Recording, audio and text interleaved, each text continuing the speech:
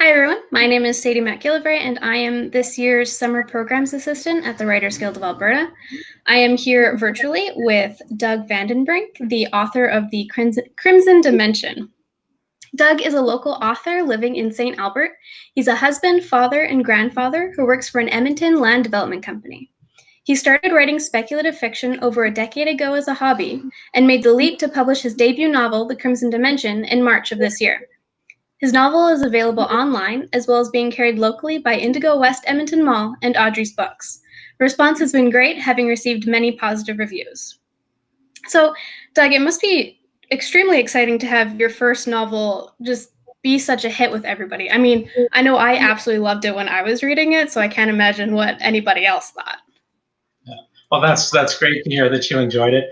I'd just like to start off by thanking you for hosting me today, thanking the Writers Guild of Alberta and the Rosa Foundation for putting this series on. But back to the response I've been getting. It's been really good. I put it out there as a goal to publish, the story with the support of family and friends, and never expected the feedback that I would have gotten. So it's been really rewarding. I didn't go out seeking that, but it certainly makes it well worthwhile. Mm-hmm. And I'm actually really curious how you first came up with the premise for this novel. It's really odd story. I one night I had gone to bed after watching End of Days, which is a movie with Arnold Schwarzenegger and Gabriel Byrne about the end times, and I woke up in the middle of the night and I had the story, and it was so vivid in my mind. I jotted it down on a piece of paper, went back to bed, and years later, digging through a box of old items as I was moving. My wife took a look at it and said, what is that? And I'm like, oh, it's a story I thought of. And she said, well, you've got to write it. So that's where it came from. Well, I'm definitely glad that you did write it. I think it's fantastic. And so speaking of the book, what are you planning to read from it for us? I'm going to do a reading from a little ways into chapter 10, which is the chapter where things really start to move forward. All the introductions are kind of through and stuff, and we really start to get into some action. So considering we are getting in that far in, I should give a little bit of background. So Matt, who is the protagonist, he's an impulsive New York University student, and he's struggling with direction as to what to do with his life. All of his friends are graduating and moving on and have plans, and he's just lost. So we pick up this story actually in Brazil, where Rob, who is Matt's best friend, just got married. And to afford the trip, Rob took a job from Victoria, who was an art major, to take some photographs of some statues in a remote Brazilian church. So besides the paycheck that he's looking for, he's fallen quite hard for Victoria and really wants to impress her with his photography skills here, if you could even call it that for him. He's using his cell phone. So we join Matt as he arrives at the church in the remote village in the middle of the Brazilian jungle. Matt strolled across the village, past the large stone well, and stopped before the church. While taking a few shots of the bell tower, he noticed dark clouds forming to the east. Not wanting to get caught in the threatening storm, he headed inside to finish his tasks and be on his way. In the foyer, he looked around for someone in charge so that, as Victoria had suggested, he could get permission before snapping any shots inside. The last thing they wanted was for him to have come all this way, only to be asked to leave for disturbing someone's religious experience. Finding no one in the entranceway, he looked through the second doorway the second doorway into the sanctuary. 2 rows of wooden pews, enough for about 40 parishioners, faced the wooden pulpit in the front. Hello? No answer. With no one to interrupt, he took some pictures. As Matt stepped over the threshold, the sanctuary came into full view, revealing an awe-inspiring sight. Dust motes sparkled and danced along the beam of sunlight shining through the stained glass window. As if by design, the light shone directly on 3 statues. Positioned in a stone alcove, the image of the Savior stood majestically between 2 winged angels. Despite Matt's beliefs, the sight brought goosebumps to his skin. The rest of the place ceased to exist. He made his way past a set of candelabras and almost tripped over a wooden bench as he approached the sculptures. Although smaller than they first appeared, they were amazing works of art even Matt could appreciate. The 3-foot marble statues were perched on a much larger block of stone. They were incredibly detailed and so lifelike. How could anyone possess the skills needed to turn chunks of rock into something so beautiful? Although the statue of Jesus was a masterpiece in its own right, it was the pair of angels that stole Matt's attention. Their large, muscular frames supported powerful wings that towered above their heads and extended down to the ground. They appeared ready for battle with their massive two-handed swords. The beings were a complete paradox of weakness and power. Their naked forms made them totally vulnerable, but their weapons argued otherwise. He'd never seen anything so amazing. Maybe this is what Victoria meant when she talked about art inspired by religion. Despite his views on God, chills ran up his spine. Matt envisioned the angels in an epic battle against the forces of evil. Demons screaming as the warriors' blades sliced through flesh, severed limbs flying and the stench of their vile blood filling the air as it painted the landscape. He laughed at the thought. Matt often wished he'd grown up in a different time, a simpler time, when scores were settled with steel and the spoils went to the victor. But his damsel would have to be won over with photos and dinners. He readied his mighty cell phone. He photographed the statues from as many angles as he could manage. While taking close-ups of Jesus' face, he noticed some dark debris on the right eye. Wanting the photos to be perfect for Victoria, he decided to clean it off and retake the spoiled pictures. As he brushed the dirt with his index finger, the mark smudged. "What the hell?" he muttered. Matt gulped. He didn't swear in a church. He took a quick look around to make sure no one had come in and heard him. Thankfully, the sanctuary was still unoccupied except for the furniture and the afternoon sunlight. When he refocused on the statue and the annoying spot, it glinted through the lens. It wasn't dirt, but something wet, perhaps a liquid used to keep the marble clean. The bright sunlight made it difficult to know for sure, but whatever it was, it had to go. He reached into his backpack and pulled out his spare shirt to use it as a rag. The majority of it came off on his shirt, but there was still a small smear left behind. He stared at the stain on the shirt, and it was hard to see against the printed pattern, but it was definitely red. Why would anyone use red soap to clean a white statue? Matt took a step back as another red droplet formed. Blood? Had it come from him? Shit, he checked his fingers for a cut, but there wasn't one. He had to get the statue cleaned up before someone thought he was vandalizing it. When he looked again, the red liquid was trickling down the statue's cheek as if Jesus was crying. He stood utterly still in disbelief. This isn't happening. There was only one explanation. "Very funny," he called out into the empty room. "Where are the cameras?" He looked around, but saw none. "You guys can come out now." He was being pranked, right?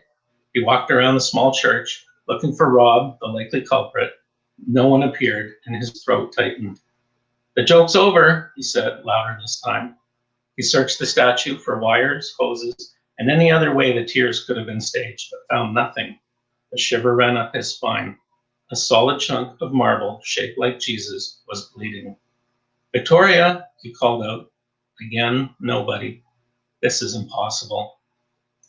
Of course, he'd seen news reports of crap like this, images of the Virgin Mary in pieces of toast, crying statues, and all the other miracles, but he dismissed them as wishful thinking, or in some cases, the church's desperate attempt to strengthen its numbers. Well, whether it was Rob or a hoax staged by the church, he wasn't going to be played anymore. He grabbed his water bottle from his backpack, gulped down the last of his water, and held it under the flow of liquid. The sound of approaching footsteps announced he had company. Finally, time for the punchline. Just in case the charade was going to continue, he jammed the bottle and his shirt into his backpack and spun around. "Pardon me," an old priest said as he approached. "I was told we had a visitor." "I came as fast as I could. I am Father Alonzo Devante." "Hello, I'm Matt. I was just taking a few photographs and admiring the architecture." "Is something the matter?" Father Devante asked. He looked troubled. His gray eyes seemed concerned. He was in his 70s, if not older. His hair was white with traces of the black it had once been, and his thin face showed evidence of a hard life. The cross, hanging from his neck, swung like a pendulum as he walked to Matt.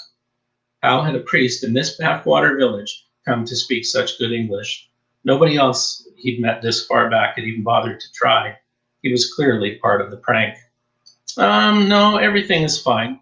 He'd play along a bit longer, perhaps find a way to turn the joke back on the old man. Interesting statue you have over there. The priest focused on the statue.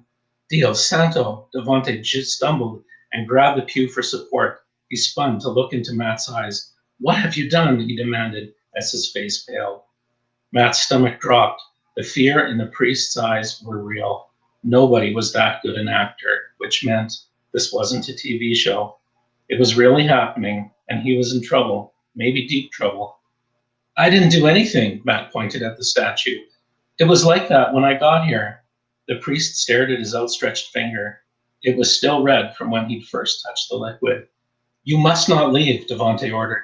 You do not understand the significance of what has happened. You must remain here. Matt took a step back. No one was going to tell him what he could or couldn't do, especially not some old priest. Too many times his father had used scriptures and religious arguments to manipulate Matt. His face flushed. Not a chance. He started toward the exit. Father Devante grabbed his t-shirt. Please, don't go. Get your effing hands off me. Breaking free from Devante's grip, he started for the door. Wait, son, please wait. Wrong choice of words. I'm not your son. Matt reached the door. You have the blood on you. You can't take it. You do not know what you're doing. The voice of the pleading priest faded as Matt ran out of the church, down the street, and past the well to the edge of the village. The priest's shouts, now in Spanish, were accompanied by the voices of the villagers. He looked over his shoulder as he ran. A couple of men had taken up the chase. Matt's dash became a sprint, and he soon left the men behind in his dust. He spun around, now running backward, and held up both middle fingers. F you. He ran full out as far and fast as his legs could carry him before his lungs demanded that he slow down. Even at this slower pace, he would be back in town soon and could put this fiasco behind him. His mission was done. He had the photos for Victoria. He'd grab the first bus out of there and meet up with his friends at the airport.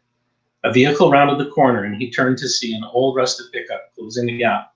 The driver honked the horn as it pulled up beside him. 3 men were squished into the cab along with Devante. Detenez, the man shouted at him through the open window. Whatever he wanted, Matt was done. He turned toward the thick jungle, but his feet tangled in the underbrush, and he went down hard. The impact winded him, and by the time he got his breath back, the men were on him. Matt fought, but the combined strength was too much. They forced him to his feet and walked him to the truck.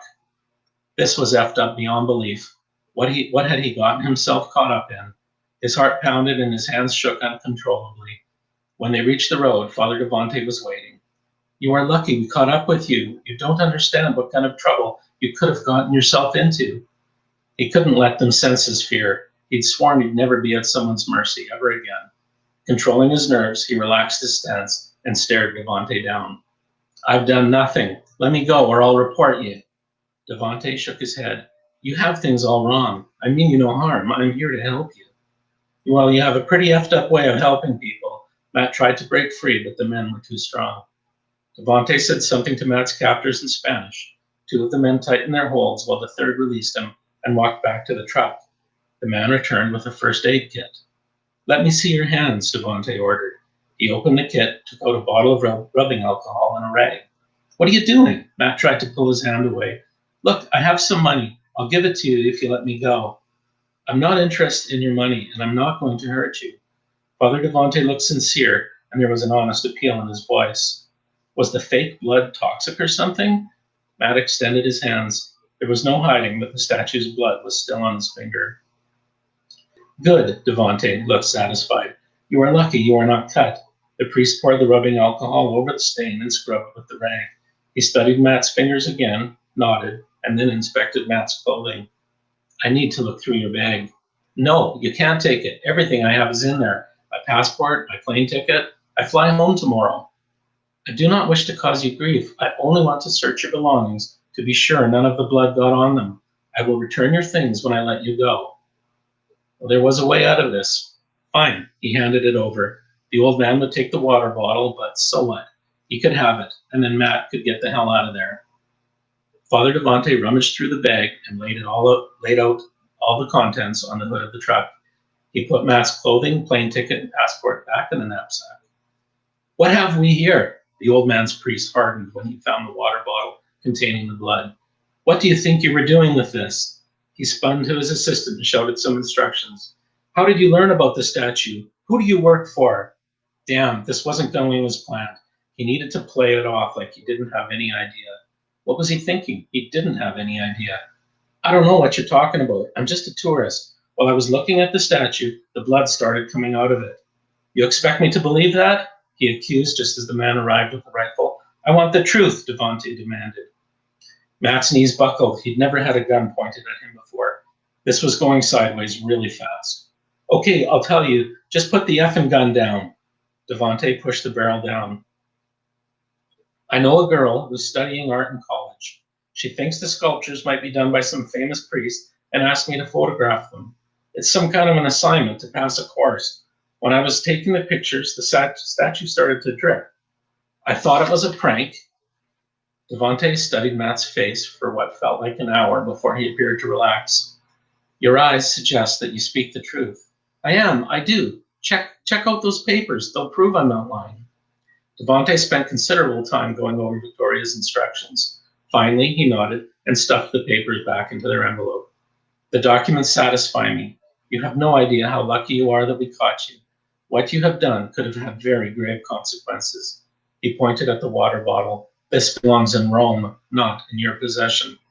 This was the second time Devonte had mentioned that there could be trouble. Wasn't this trouble enough? He couldn't imagine what this guy's definition of real trouble was. All he wanted was to get out of there with Victoria's pictures and get back home. Unfortunately, as he'd feared, the priest went straight for his phone. What's your passcode? Go to hell. Devonte gave a few more instructions in Spanish, and his man pointed the rifle again. This was going to be disastrous. Assuming he even got out of there alive, what would he tell Victoria? Okay, this isn't worth dying over. Matt gave them his passcode. Following a thorough inspection, Devonte turned to Matt. No suspicious messages, but the pictures are concerning. Since we have no reception here, I know they were not transmitted. However, I'm afraid I must destroy your phone. I can't have them distributed. Matt went numb. Besides losing Victoria's pictures, the phone was worth a lot of money. Just delete them. I may be an old man, but I know that nothing is ever truly deleted. Devonte took the water bottle, Victoria's instructions, and Matt's phone and placed them in the truck. He handed Matt's remaining belongings back to him. You must promise never to tell anyone what you saw and forget that this ever happened. Thank God, he was getting out of there alive. I promise, no one would believe me anyway. Without another word, Devonte and his three companions returned to the truck and drove away. When the truck disappeared the way it had come, Matt's hands started trembling again. What in the hell had just happened? 1 minute he was at peace with the world. The next he was held at gunpoint for taking some fake blood. This was so effed up he would have never believed it had he not been living it. No one else would have believed him either. He needed to get out of there before they changed their minds and came back. Without his phone, he couldn't even call for help. Matt turned for town and started running. Now what was he supposed to do? There were no pictures of Victoria. How would she take the news?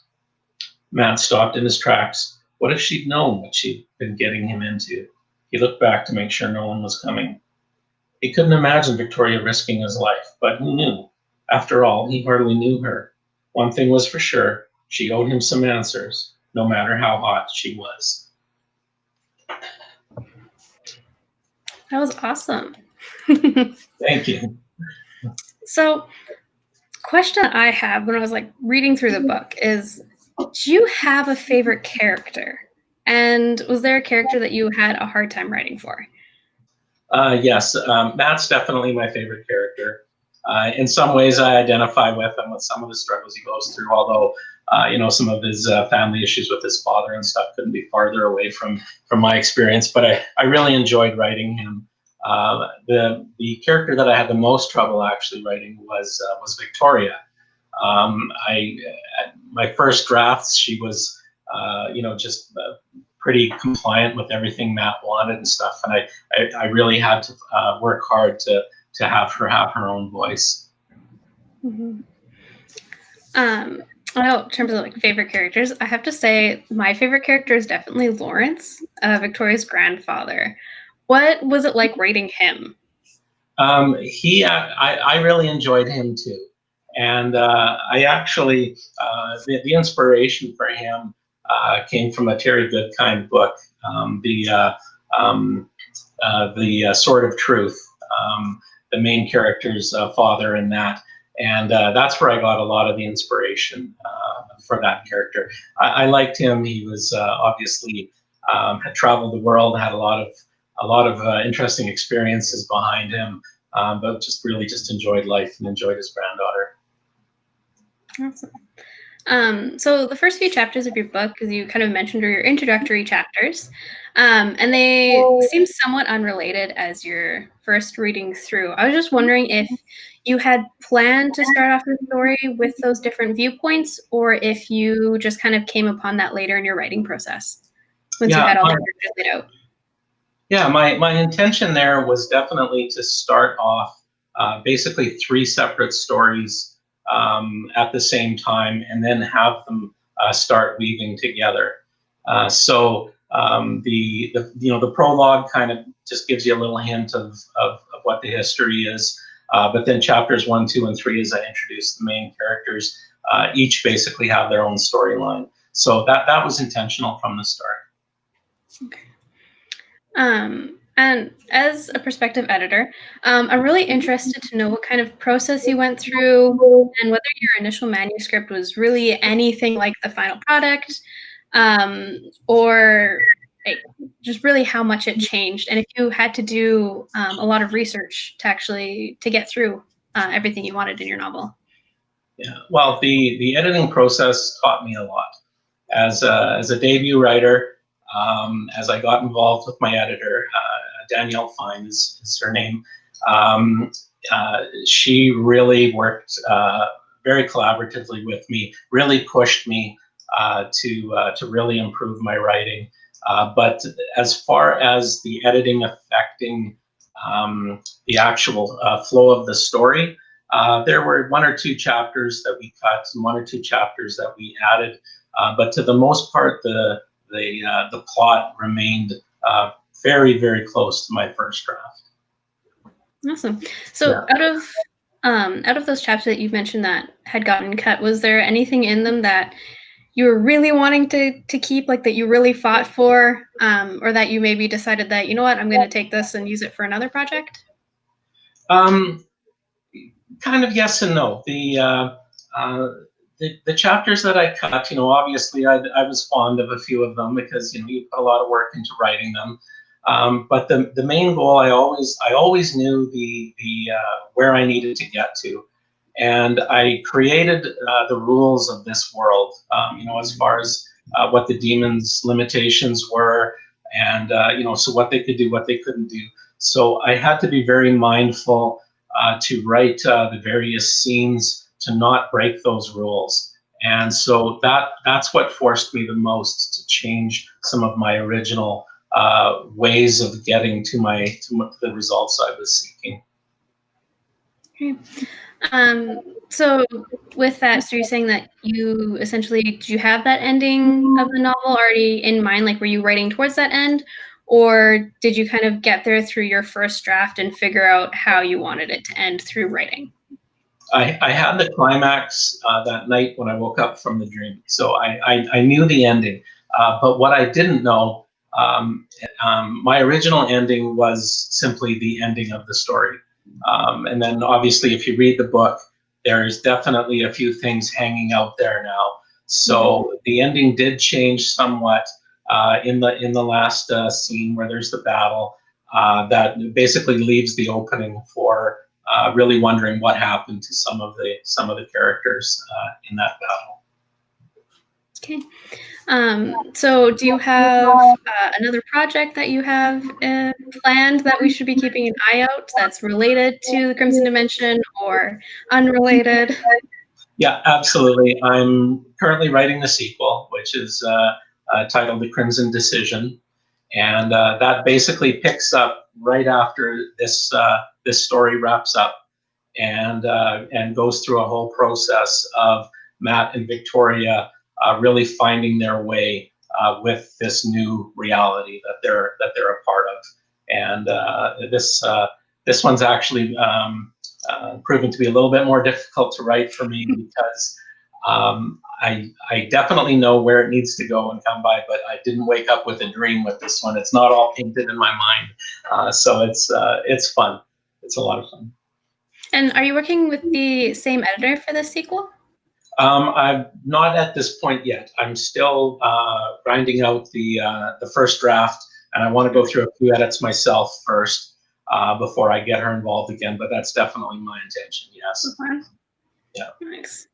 And if you don't mind my asking, are you planning on making it like a trilogy, or how many more installments are you thinking? Because I'm interested. Absolutely, the sequel will be done for sure. Then I guess I do have a few other ideas for a few other stories that that I've been playing around with for a while, and one of them I'm kind of itching to write. But just I guess depending on the feedback that I get as I get book 2 out in that. The way this one ends, there definitely is more story after that again. So a third book, I think, is definitely in the future. Whether I take a little bit of time off to write one other one in between, I'll still have to decide. Thanks. So one thing when I was reading through, I noticed there was so much description with architecture, because Victoria is an artist. She does sculpting. Did you have to do lots of research for that? Was that kind of, did it seem difficult finding that information, or was it fun to kind of dig through it and figure out what you wanted to add in? Yeah, I definitely did a fair bit of research, because most of those detailed elements of the novel I have no personal knowledge of whatsoever. So, just even the types of sculptures that she was doing. There's the one scene where they're trying to figure, blood type, that blood that he had found. I had to do a lot of research into, how they go about, doing lab tests on blood. A lot of the locations in New York, I did a lot of research on, even simple questions like, do they still have payphones on the streets of New York City?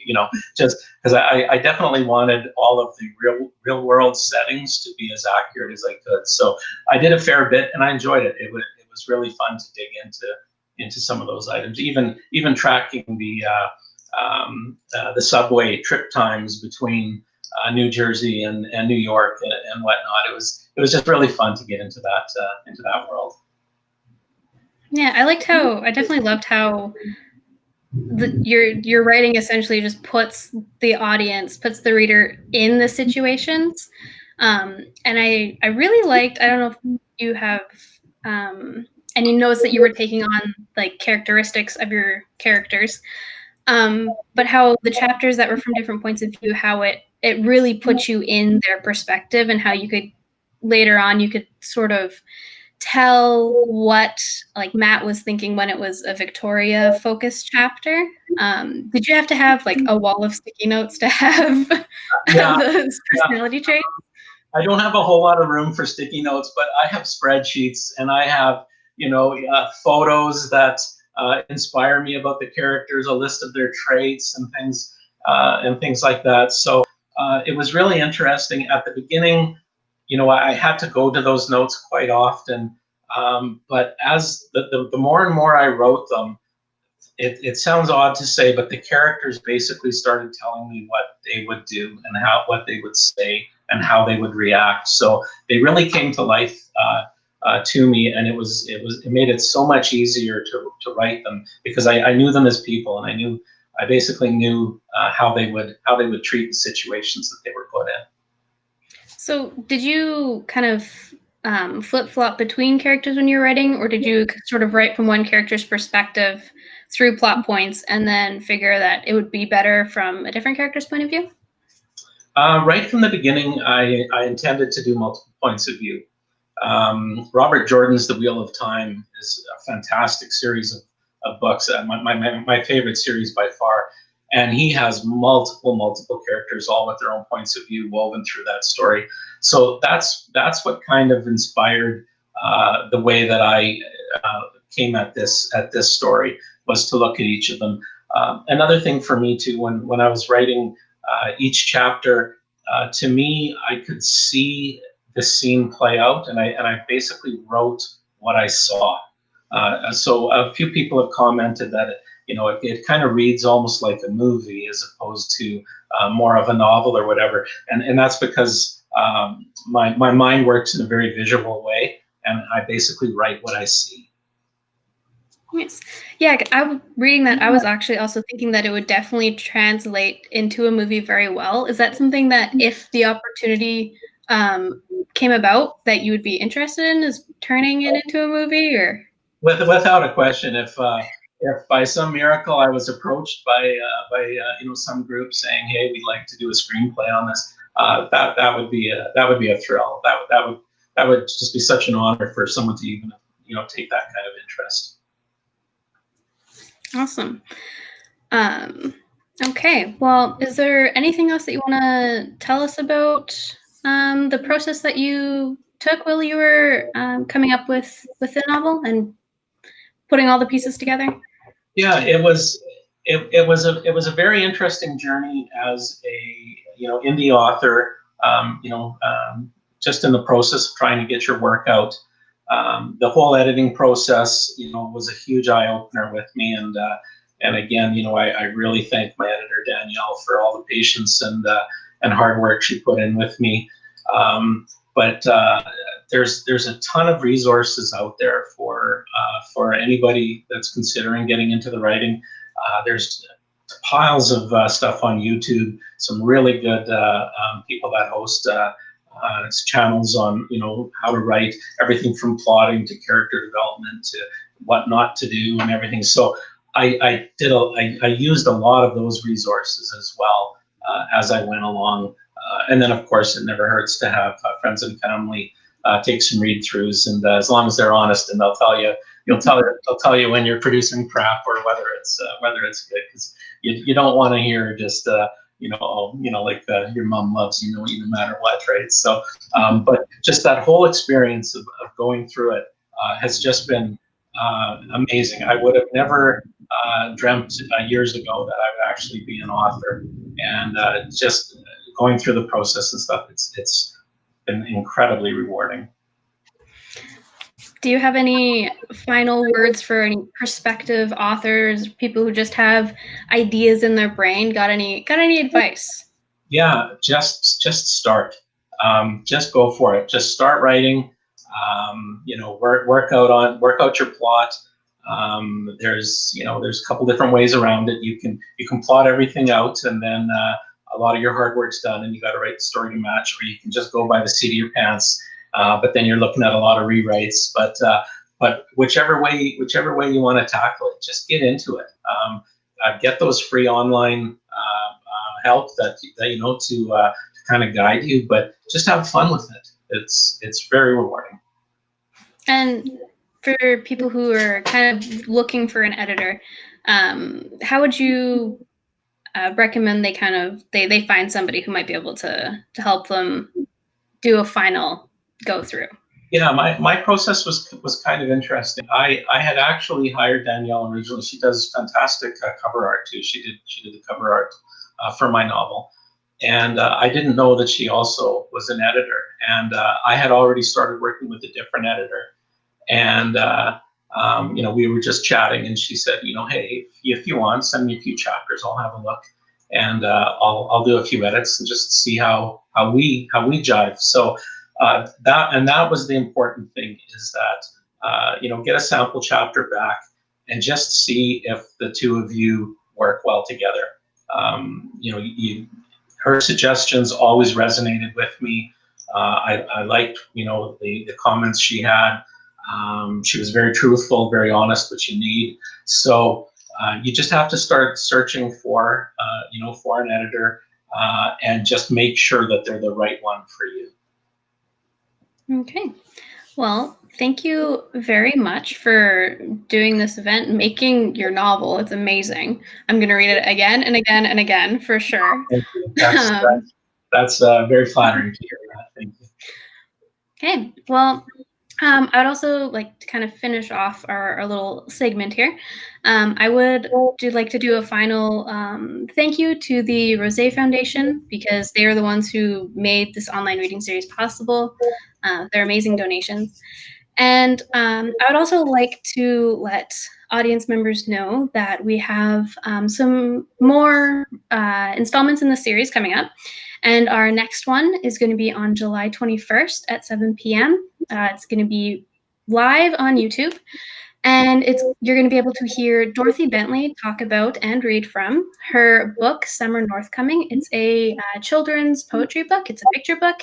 And it's a really great read if that's something you're interested in, or you got kids that would be interested in it. Scoop them all up, put them in front of the screen, and let them listen. And have a good night. Thank you very much.